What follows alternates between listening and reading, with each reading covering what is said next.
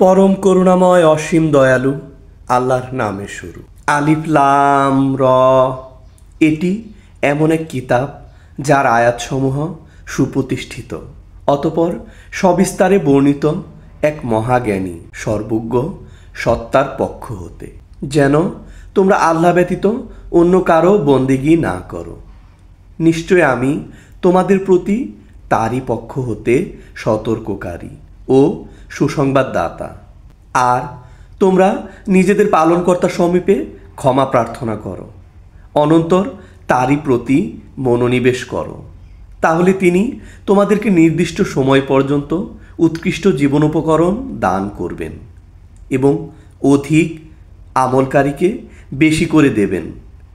আর যদি তোমরা বিমুখ হতে থাকো, তবে আমি তোমাদের উপর এক মহা দিবসের আযাবের আশঙ্কা করছি।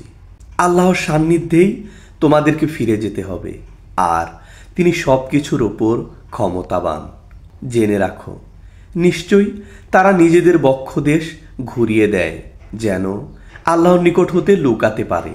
শোনো, তারা তখন কাপড়ে নিজেদেরকে আচ্ছাদিত করে।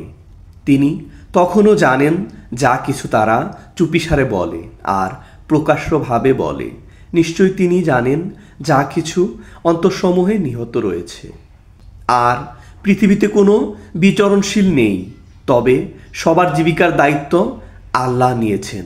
তিনি জানেন তারা কোথায় থাকে এবং কোথায় সমাপিত হয়।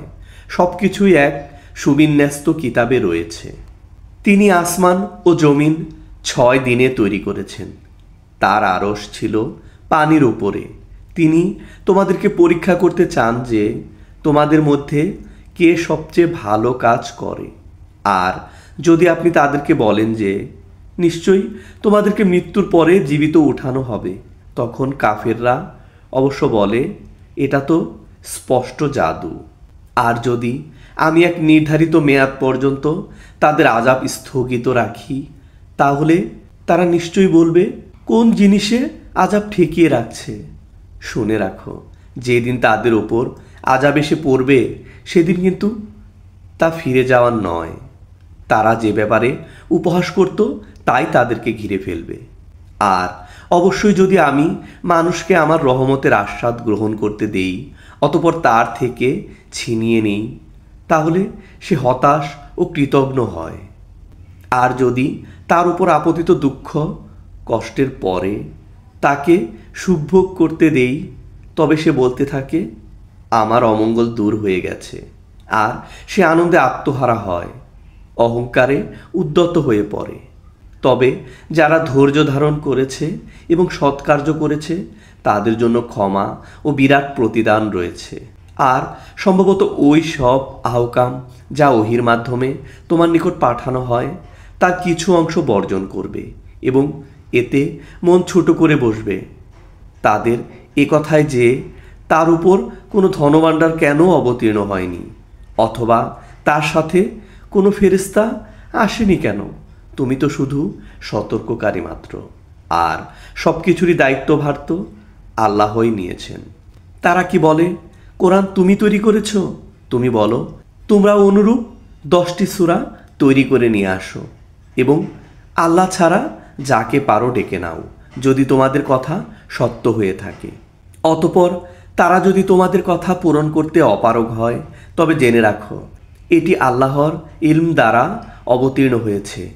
আরও একিন করে নাও যে আল্লাহ ব্যতীত অন্য কোনো মাবুদ নেই। অতএব এখন কি তোমরা আত্মসমর্পণ করবে?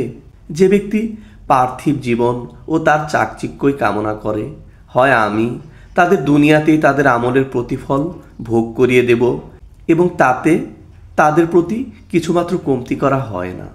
এরাই হলো সেসব লোক আখিরাতে যাদের জন্য আগুন ছাড়া কিছু নেই। তারা এখানে যা কিছু করেছিল সবই বরবাদ করেছে, আর যা কিছু উপার্জন করেছিল সবই বিনষ্ট হলো।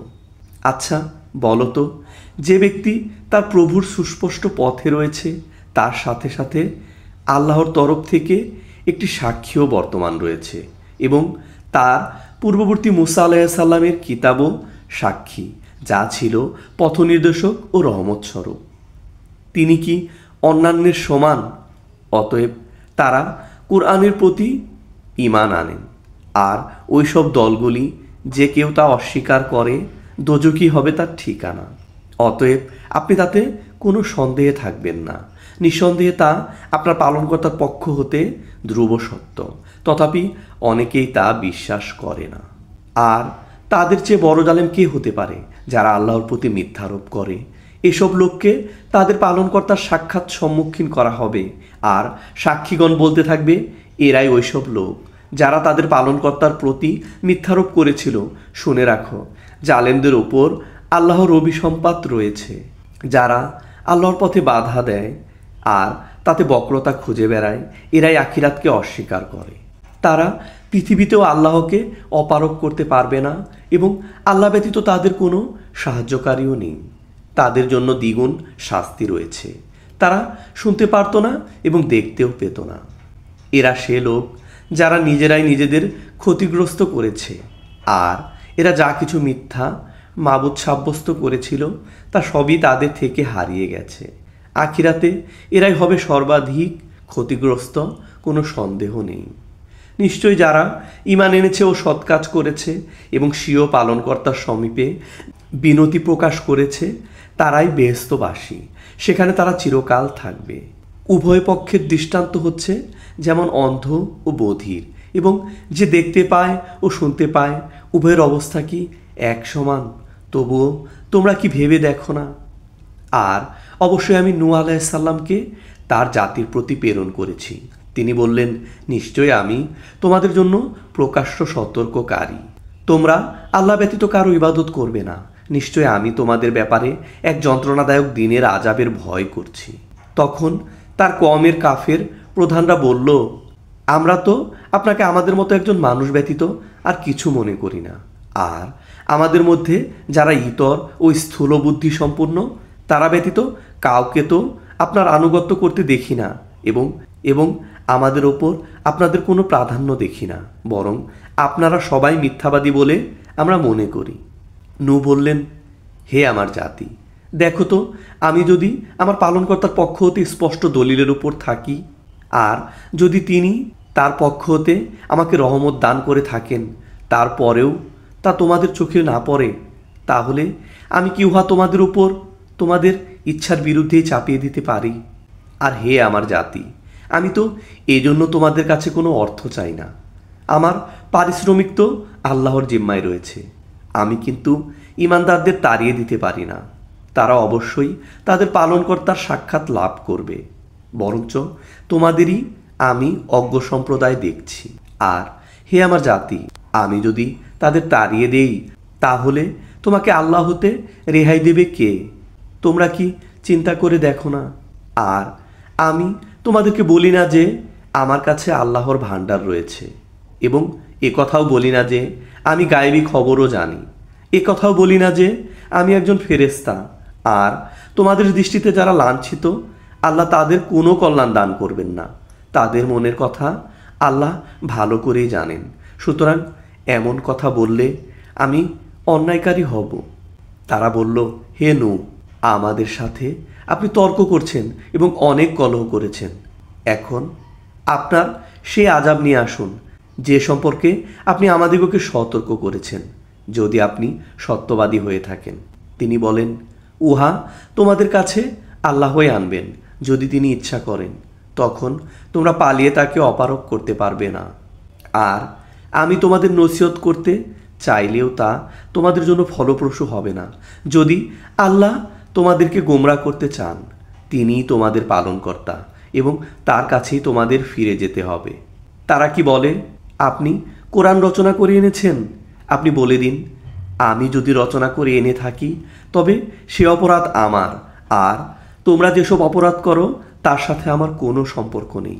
আর নূহ এর প্রতি ওহী প্রেরণ করা হলো যে যারা ইতিমধ্যে ঈমান এনেছে তাদের ছাড়া আপনার জাতির অন্য কেউ ঈমান আনবে না। অতএব তাদের কার্যকলাপে বিমর্ষ হবেন না। আপনি আমার সম্মুখে আমার ওই নির্দেশ মোতাবেক একটি নৌকা তৈরি করুন, এবং পাপিষ্ঠদের ব্যাপারে আমাকে কোনো কথা বলবেন না। অবশ্যই তারা ডুবে মরবে। তিনি নৌকা তৈরি করলেন, আর তার কওমের নেতৃস্থানীয় ব্যক্তিরা যখন পার্শ্ব দিয়ে যেত তখন তাকে বিদ্রূপ করত। তিনি বললেন, তোমরা যদি আমাদের উপহাস করে থাকো তবে তোমরা যেমন উপহাস করছো আমরাও তদ্রূপ তোমাদের উপহাস করছি। অতপর অচিরেই জানতে পারবে লাঞ্ছনাজনক আযাব কার উপর আসে এবং চিরস্থায়ী আযাব কার উপর অবতরণ করে। অবশেষে যখন আমাদের আদেশ আসলো এবং ভূপৃষ্ঠ উথলে উঠল, আমরা বললাম, এতে উঠিয়ে নিন প্রত্যেক শ্রেণীর 2 যুগলের 2টি। যাদের বিরুদ্ধে পূর্ব সিদ্ধান্ত হয়েছে তারা ছাড়া আপনার পরিবার পরিজনকে এবং যারা ঈমান এনেছে তাদেরকে। আর তার সাথে ঈমান এনেছিল কেবল অল্প কয়েকজন। আর তিনি বললেন, তোমরা এতে আরোহণ করো। আল্লাহর নামেই এর গতি ও স্থিতি। আমার পালনকর্তা অতি ক্ষমাপরায়ণ, মেহেরবান। আর নৌকাখানি তাদের বহন করে চলল পর্বত প্রমাণ তরঙ্গমালার মাঝে। আর নূহ তার পুত্রকে ডাক দিলেন, আর সে সরে রয়েছিল। তিনি বললেন, প্রিয় বৎস, আমাদের সাথে আরোহণ করো এবং কাফেরদের সাথে থেকো না। সে বলল, আমি অচিরেই কোনো পাহাড়ে আশ্রয় নেব যা আমাকে পানি হতে রক্ষা করবে। নূহ বললেন, আজকের দিনে আল্লাহর হুকুম থেকে কোনো রক্ষাকারী নেই, একমাত্র তিনি যাকে দয়া করবেন।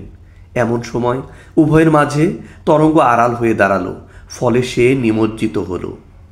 আর নির্দেশ দেওয়া হলো, হে পৃথিবী, তোমার পানি গিলে ফেলো, আর হে আকাশ, ক্ষান্ত হও।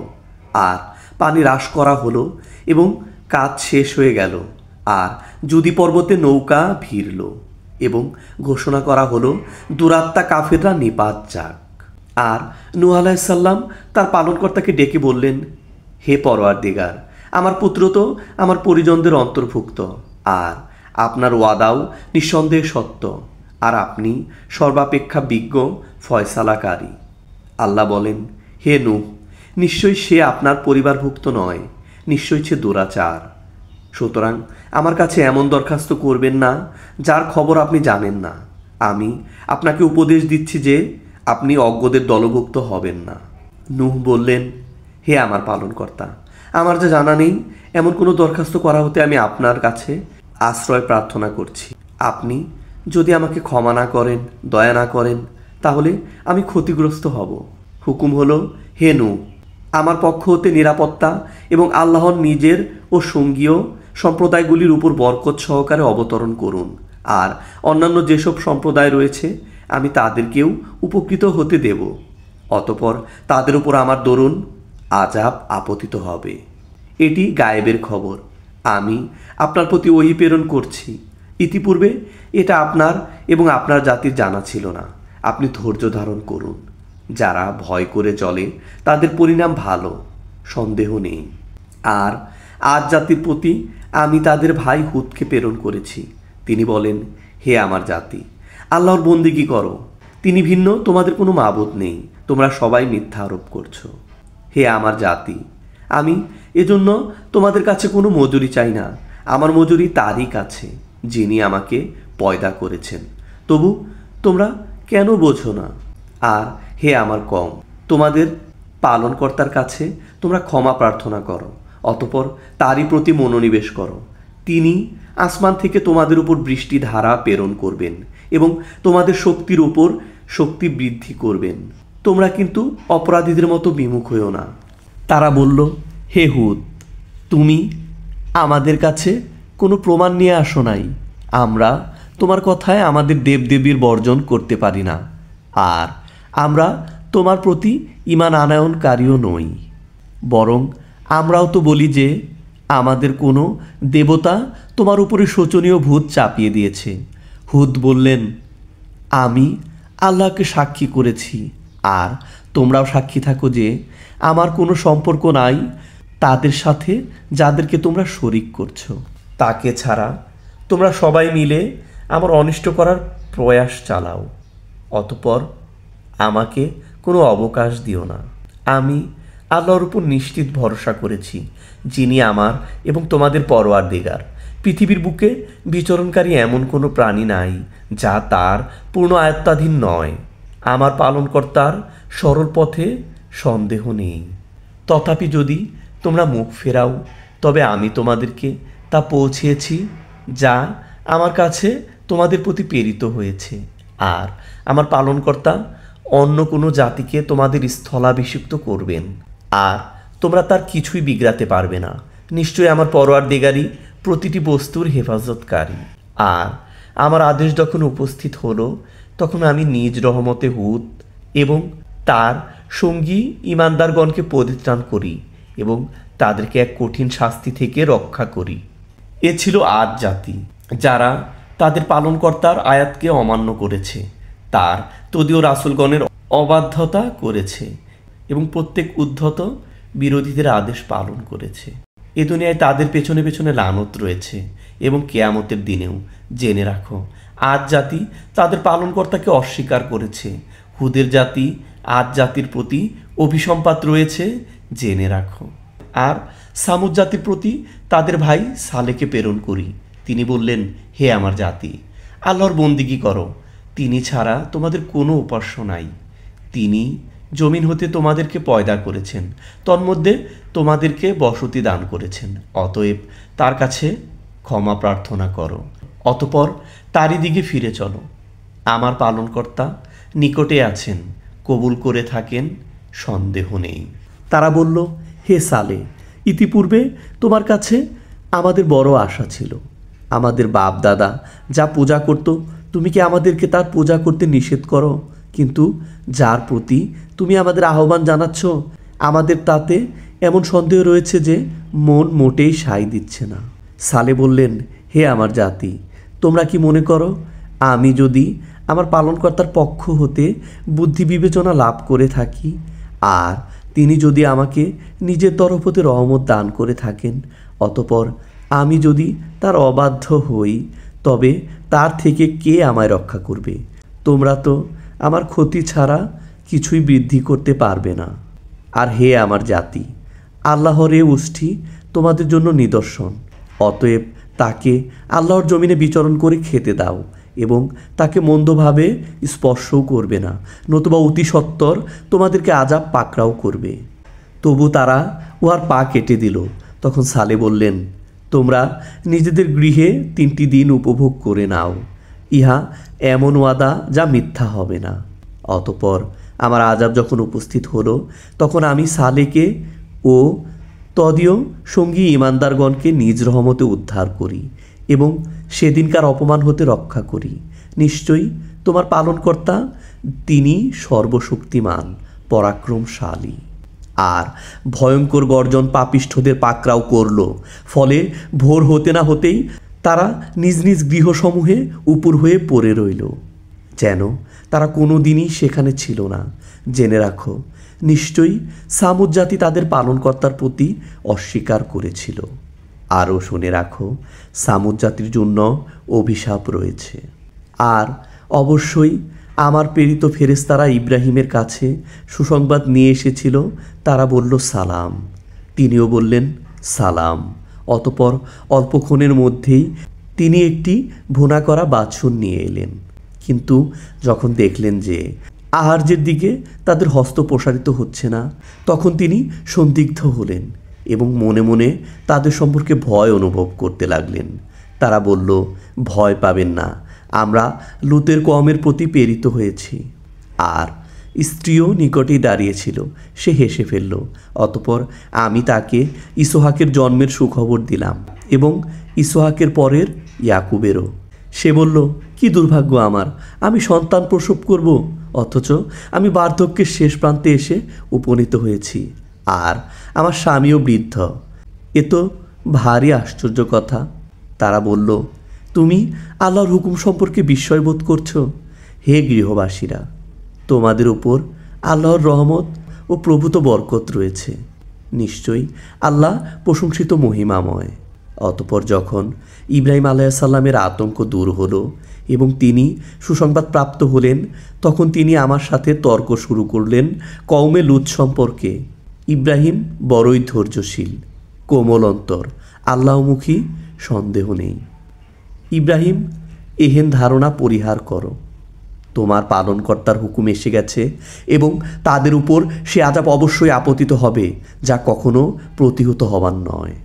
আর যখন আমার প্রেরিত ফেরেশতাগণ লূতের নিকট উপস্থিত হলো, তখন তাদের আগমনে তিনি দুশ্চিন্তাগ্রস্ত হলেন এবং তিনি বললেন, আজ অত্যন্ত কঠিন দিন। আর তার কওমের লোকেরা স্বতঃস্ফূর্তভাবে তার গৃহপানে ছুটে আসতে লাগলো। পূর্ব থেকেই তারা কুকর্মে তৎপর ছিল। লূত আলাইহিসসালাম বললেন, হে আমার কওম, এ আমার কন্যারা রয়েছে, এরা তোমাদের জন্য অধিক পবিত্রতমা, সুতরাং তোমরা আল্লাহকে ভয় করো এবং অতিথিদের ব্যাপারে আমাকে লজ্জিত করো না। তোমাদের মধ্যে কি কোনো ভালো মানুষ নেই?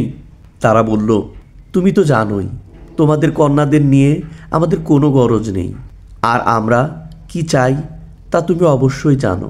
লূত বললেন, হায়, তোমাদের বিরুদ্ধে যদি আমার শক্তি থাকতো অথবা আমি কোনো সুদৃঢ় আশ্রয় গ্রহণ করতে সক্ষম হতাম। মেহমান ফেরেশতাগণ বলল, হে লূত, আমরা তোমাদের পালনকর্তার পক্ষ হতে প্রেরিত ফেরেশতা, এরা কখনো তোমার দিকে পৌঁছতে পারবে না। ব্যাস, তুমি কিছুটা রাত থাকতে থাকতে নিজের লোকজন নিয়ে বাইরে চলে যাও, আর তোমাদের কেউ যেন পেছন ফিরে না তাকায়। কিন্তু তোমার স্ত্রী নিশ্চয়ই তার উপরও তা আপতিত হবে, যা ওদের উপর আপতিত হবে। ভোরবেলায় তাদের প্রতিশ্রুতির সময়, ভোর কি খুব নিকটে নয়?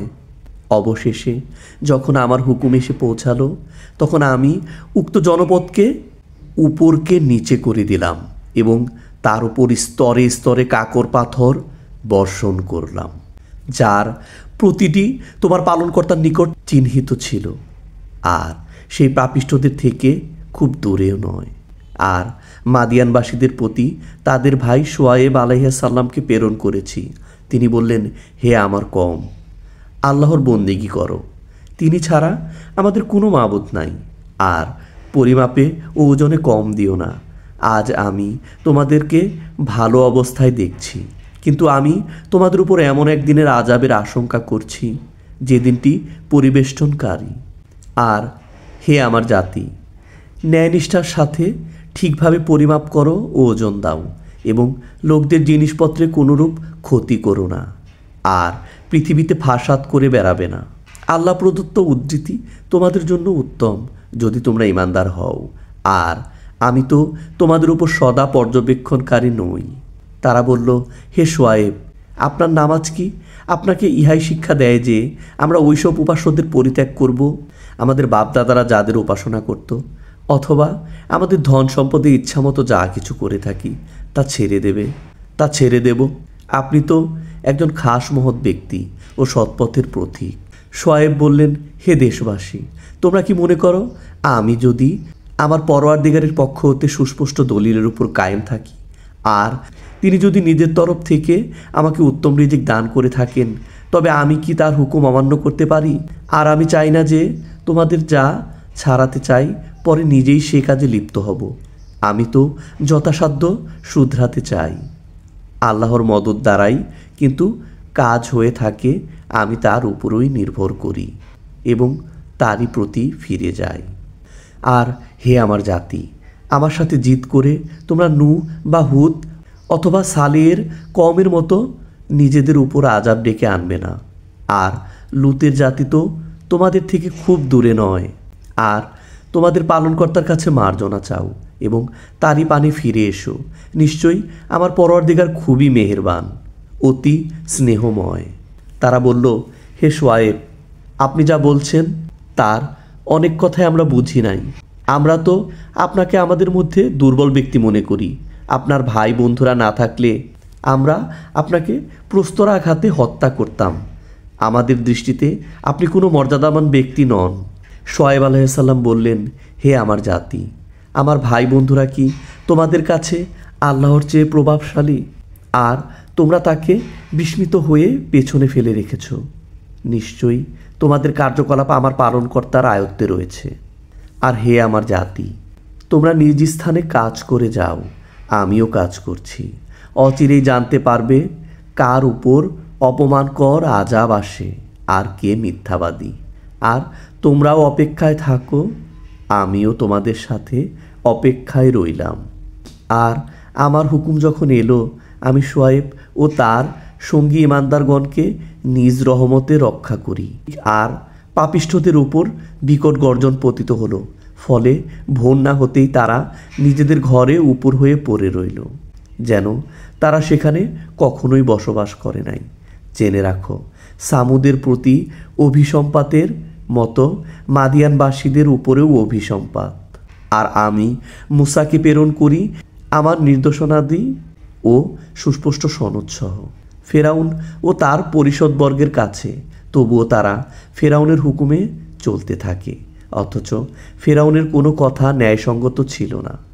কিয়ামতের দিন সে তার জাতির লোকদের আগে আগে থাকবে এবং তাদেরকে জাহান্নামের আগুনে পৌঁছে দেবে।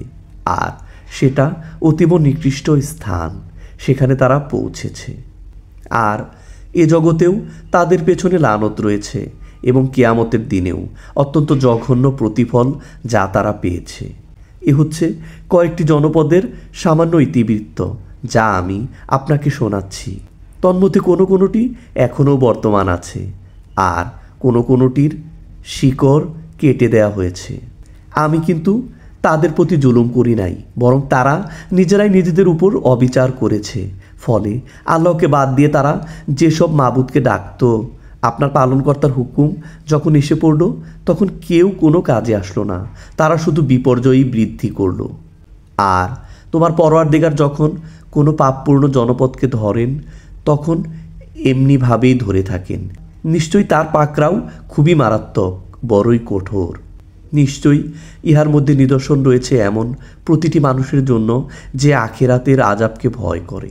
উহা এমন একদিন যেদিন সব মানুষেই সমবেত হবে, সেদিনটি যে হাজিরের দিন। আর আমি যে উহা বিলম্বিত করি তা শুধু একটি ওয়াদার কারণে যা নির্ধারিত রয়েছে।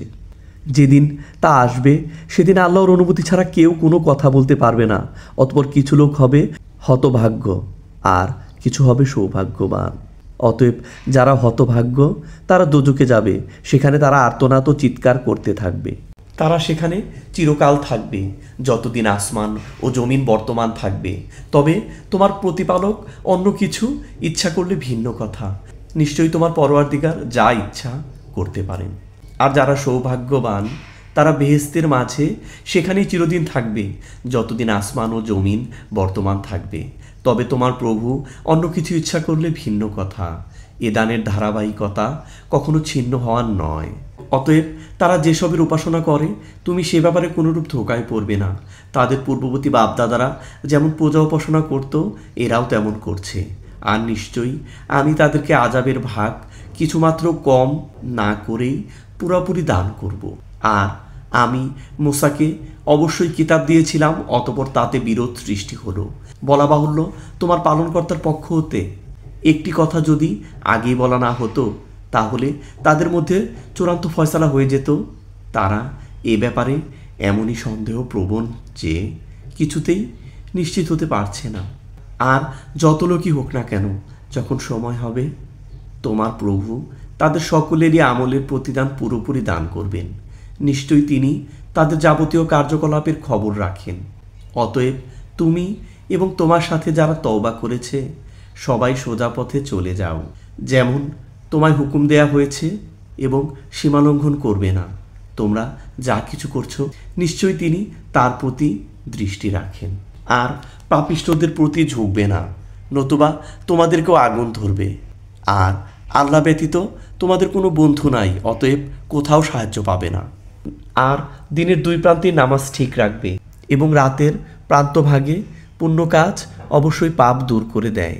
যারা স্মরণ রাখে তাদের জন্য এটি এক মহাস্মারক। আর ধৈর্য ধারণ করো, নিশ্চয় আল্লাহ পুণ্যবানদের প্রতিদান বিনষ্ট করবেন না। কাজেই তোমাদের পূর্ববর্তী জাতিগুলোর মধ্যে এমন সৎকর্মশীল কেন রইল না যারা পৃথিবীতে বিপর্যয় সৃষ্টি করতে বাধা দিত? তবে মুষ্টিমেয় লোক ছিল যাদেরকে আমি তাদের মধ্য হতে রক্ষা করেছি। আর পাপিষ্টরা তো ভোগবিলাসে মত্ত ছিল, যার সামগ্রী তাদেরকে যথেষ্ট দেয়া হয়েছিল। আসলে তারা ছিল মহা অপরাধী। আর তোমার পালনকর্তা এমন নন যে জনবসতিগুলোকে অন্যায়ভাবে ধ্বংস করে দেবেন, সেখানকার লোকেরা সৎকর্মশীল হওয়া সত্ত্বেও।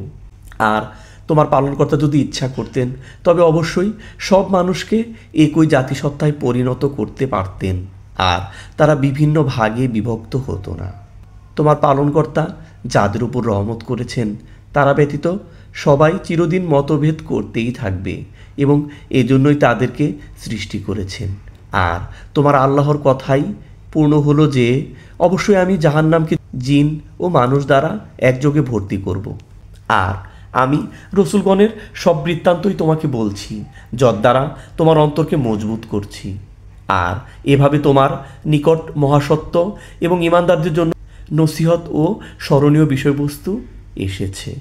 আর যারা ঈমান আনে না তাদেরকে বলে দাও যে তোমরা নিজ নিজ অবস্থায় কাজ করে যাও, আমরাও কাজ করে যাই, এবং তোমরাও অপেক্ষা করতে থাকো, আমরাও অপেক্ষায় রইলাম। আর আল্লাহর কাছেই আছে আসমান ও জমিনের গোপন তথ্য, আর সকল কাজের প্রত্যাবর্তন তারই দিকে। অতএব তারই বন্দিগি করো এবং তার উপর ভরসা রাখো। আর তোমাদের কার্যকলাপ সম্বন্ধে তোমাদের পালনকর্তা কিন্তু বেখবর নন।